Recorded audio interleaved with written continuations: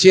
রোজা নিয়ে গবেষণা করেছেন জাপানের বিজ্ঞানী ভাই আমার ওসিনরি, তিনি রমজানের রোজা নিয়ে গবেষণা করে বলেন যারা রমজান মাসে রোজা রাখে, যারা নিয়মিত রোজা রাখে, উপবাস করে, ফাস্টিং করে, হে তরুণ যুবকেরা, এই ফাস্টিং রোজা বা উপবাস যেটাকে বাংলায় বলে, আমরা বলি সওম পালন করা, সিয়াম পালন করা, এই সিয়াম পালন যদি রীতিমতো নিয়ম মাফিক যেভাবে আমরা করি এইভাবে যদি করা হয়, তিনি আবিষ্কার করলেন এই রমজানের রোজাকে তিনি বলেন এটা হলো অটোফেজি।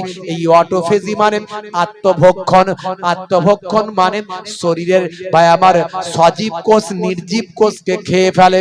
এর ব্যাখ্যা অনেক দিয়েছেন তিনি। সর্বোপরি যেটা বলেছেন, রমজানের রোজা যদি রীতিমতো রাখা হয় শরীরের ভিতরের ক্যান্সারের জীবাণু নষ্ট হয়ে যায়। কিন্তু মুসলমান যদি ক্যান্সারের জীবাণু নষ্ট হবে বলে রমজান মাসে রোজা রাখেন, তার একটা রোজাও আল্লাহর দরবারে কবুল হবে না। আমরা রোজা রাখবো আল্লাহর নির্দেশ, কিন্তু আল্লাহ যেগুলো নির্দেশ করেছেন সেগুলো যদি পালন করি, আল্লাহ বলেছেন খায়রাত দুনিয়া ওয়াল আখিরা, দুনিয়াতেও ভালো হবে, আখিরাতেও ভালো হবে। দুনিয়াতে আগে ভালো হবে, ওই যে আগে ক্যান্সারের জীবাণু মারা যাবে, আগে শরীরের অন্য রোগ প্রতিরোধ হয়ে যাবে, শরীর আরো ভালো হবে, তরতাজা হবে। হে তরুণ যুবকেরা, রোজা নিয়ে বেশি আলোচনা করব না। সবচেয়ে বড় যেটা ইবাদত বলা হয়েছে, আফজালুল ইবাদাতে ইবাদাতুস সালাত, সবচেয়ে বড় ইবাদত হলো সালাত। সেই সালাত নিয়ে আপনাদের মাঝখানে বলি, হে তরুণ যুবকেরা, হে আমার মুরব্বিয়ানেরা, শুনে রেখে দিন বাবা, জেনে রেখে দিন বাবা, আমার আল্লাহ কোরআন মাজিদের মধ্যে জানিয়ে দেন ওয়া আকিমুস সালাত ওয়া আতুজ যাকাত ওয়া আরকাউ মা'আর রাকিন। তোমরা সালাত নামাজটা প্রতিষ্ঠা করো, যাকাতটা প্রদান করো, আর রুকুকারীদের সঙ্গে রুকুটা করো, অর্থাৎ জামাতে নামাজ পড়ো। নামাজের কোনো ক্ষমা নাই, নামাজের কোনো ক্ষমা নাই। নামাজ ছেড়ে দিয়ে কেউ জান্নাতে যেতে পারবে না। হে তরুণ যুবকেরা, ইচ্ছাকৃতভাবে যদি কেউ নামাজ ছেড়ে দেয়, ইচ্ছাকৃতভাবে যদি কেউ নামাজ ছেড়ে দেয়, তার জন্য রাসূলের হাদিসগুলো থেকে প্রমাণ পাওয়া যায় 14টা শাস্তি হবে।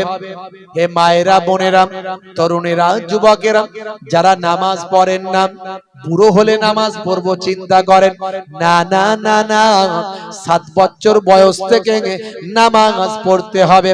আপনি বালেগ হয়ে গেছেন, আপনি সাবালক সাবালিকা হয়েছেন, আপনার জন্য নামাজ পড়া আমার আল্লাহ ফরজ করেছেন।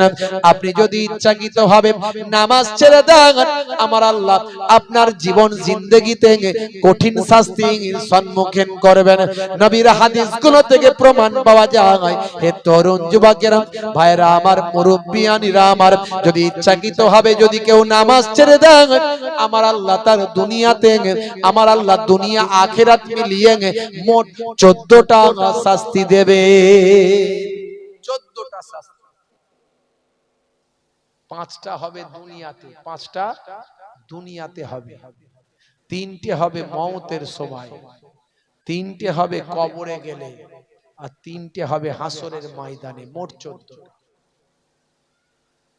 মরতে আপনাকে আমাকে হবে, হবে না? হবে না? কুল্লু নাফসিন যায়কাতুল মউত, প্রত্যেক প্রাণী মাত্রই মারা যাবে। যদি বলেন যে বুড়ো হলে নামাজ পড়বো, ভুল ধারণা। বুড়ো পর্যন্ত নাও আপনার জীবন গড়াতে পারে। কথা ঠিক না ভুল? কত বাচ্চা ছেলে মারা যাচ্ছে, কত যুবক মারা যাচ্ছে, না ভুল বলেন? কখন মরণ আসবে কেউ জানে? ইজা জা আজালহুম লা ইস্তাখিরুনা সাআতাও ওয়া লা ইস্তাকদিমুন। আল্লাহর কোরআন বলছে মৃত্যুর জন্য যে সময় নির্ধারণ করা হয়েছে সেই সময়ের এদিক ওদিক করা হবে না। মুসলমানের ছেলে বলছে হুজুর বুড়ো হলে নামাজ পড়বো, বুড়ো হলে নামাজ পড়বো। হে তরুণ যুবকেরা, হে আমার বন্ধুরা, হে আমার মুরব্বিয়ানিরা, শুনে রেখে দিন বাবা, জেনে রেখে দিন বাবা। তাহলে বেনামাজির জন্য 14টা শাস্তি, তার মধ্যে 5টা শাস্তি দুনিয়াতে হবে। 5টা শাস্তি কোথায় হবে? দুনিয়াতে হবে। 1 নাম্বার হলো বেনামাজির চেহারাটা, বেনামাজির চেহারাতে কোনো নূরের জ্যোতি থাকবে না, এটা হলো 1 নাম্বার। 2 নাম্বার হলো ভাই আমার দোস্ত আমার, বেনামাজি হে তরুণ যুবকেরা, বেনামাজির রুজি রুটিতে কোনো বরকত হবে না, এটা হলো 2 নাম্বার। চেহারায় নূরের জ্যোতি, নূরের জ্যোতি ভাই আমার, মুখ দেখলে বোঝা যায়, কালো হোক আর সাদা হোক, ফর্সা হোক আর কালো হোক, যদি নামাজি মানুষ হয় তার চেহারা দেখলে বোঝা যায় একটা আল্লাহওয়ালা মানুষ, ছাপ থাকে। এই জন্য বলা হয়েছে face is the mirror of mind. মানুষের মস্তিষ্কটা কেমন তার মুখ দেখলে বোঝা যায়।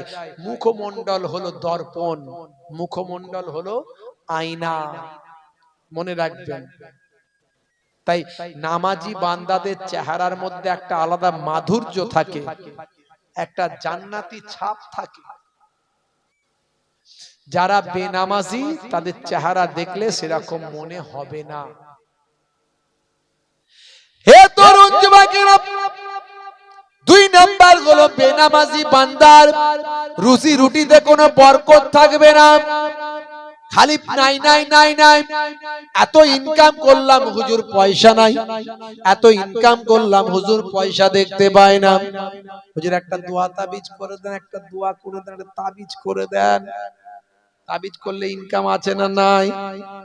জোরে বলে, ইনকাম আছে না নাই? হ্যাঁ, আপনি তাবিজ করবেন, আমি লিখে দেবো, বাস বাবা দাও, নজরানা মাশাআল্লাহ। অরিজিনাল যদি হুজুর হয় বলবে বান্দা নামাজ পড়ো, বলবে না হুজুর নামাজ পড়ি না। হুজুর তখন বলবে বাবা নামাজ যদি না পড়ো, তাবিজ তো দূরের কথা, আল্লাহর কালাম তো দূরের কথা, সারা গোটা কোরআন মাজিদটাকে যদি গলায় ঝুলিয়ে দেওয়া হয় তবুও তোমার রুজিতে বরকত হবে না। কারণ আমার আল্লাহ কোরআন মাজিদে 82 বার নামাজের কথা বলেছেন। তুমি 82 বার আল্লাহর কথাকে অমান্য করেছ, আমার আল্লাহকে রাগিয়ে দিয়েছ। আমার আল্লাহ তোমার উপর রাগান্বিত হয়েছেন। আল্লাহ যার উপর রাগান্বিত হয়ে থাকেন তার রুজিতে কখনো বরকত হতে পারে না। আমার কথা মনে হয় আপনাদের খারাপ লাগছে নাকি? হে তরুণ যুবকেরা, 3 নাম্বার হলো বেনামাজি বান্দা কোনো ভালো কাজের সওয়াব পাবে না। যদি কোনো ভালো কাজ করে, 10টা মানুষকে খাইয়েছে, 10টা গরিব মানুষকে কাপড় দিয়েছে, বিপদের সময় মানুষকে সাহায্য করে, বড় বড় সেবামূলক কাজ করেন। হে তরুণ যুবকেরা, হে আমার বন্ধুরা, শুনে রেখে দিন বাবা, জেনে রেখে দিন বাবা, দুনিয়াতে এই ভালো কাজগুলো করার জন্য দুনিয়ার মানুষ তাকে উঁচু চেয়ারটা দেবে, তাকে রেসপেক্ট করবে, সম্মান করবে, বড় দাতা বলবে, বড় ভালো লোক বলবে। এটাই তার পানিশমেন্ট, তার পুরস্কারটা, দুনিয়ার পুরস্কার আমার আল্লাহ দুনিয়ার জমিনে দেবেন। কিন্তু ভালো কাজ করার জন্য বেনামাজি হওয়া হয়, তার নামাজ আমলে কোনো সওয়াব লেখা হবে না। অর্থাৎ কিয়ামতের দিনে এই ভালো কাজটা করেছে বলে যে এক্সট্রা তার কোনো ফ্যাসিলিটি পাবে তা পাবে না, যেটা দুনিয়ার জামিনই আল্লাহ দিয়ে দেবে। দুনিয়াতে সে ফ্যাসিলিটি কিছু পাবে, লোকে ভালো লোক বলবে, চেয়ার দেবে, সম্মান করবে, এই দুনিয়াতেই শেষ। এটা হলো 3 নাম্বার। হে তরুণ যুবকেরা, 4 নাম্বার হলো বেনামাজি বান্দা। বাবা বেনামাজি বান্দা যখন নিজের জন্য কোনো দোয়া চাইবে, আল্লাহ তুমি আমার দোয়াটা কবুল করে নাও, বেনামাজি বান্দা যখন নিজের জন্য কোন দোয়া চাইবে, হে তরুণ যুবকেরা, হে আমার বন্ধুরা, বেনামাজি বান্দার দোয়া আল্লাহর দরবারে কবুল হবে না।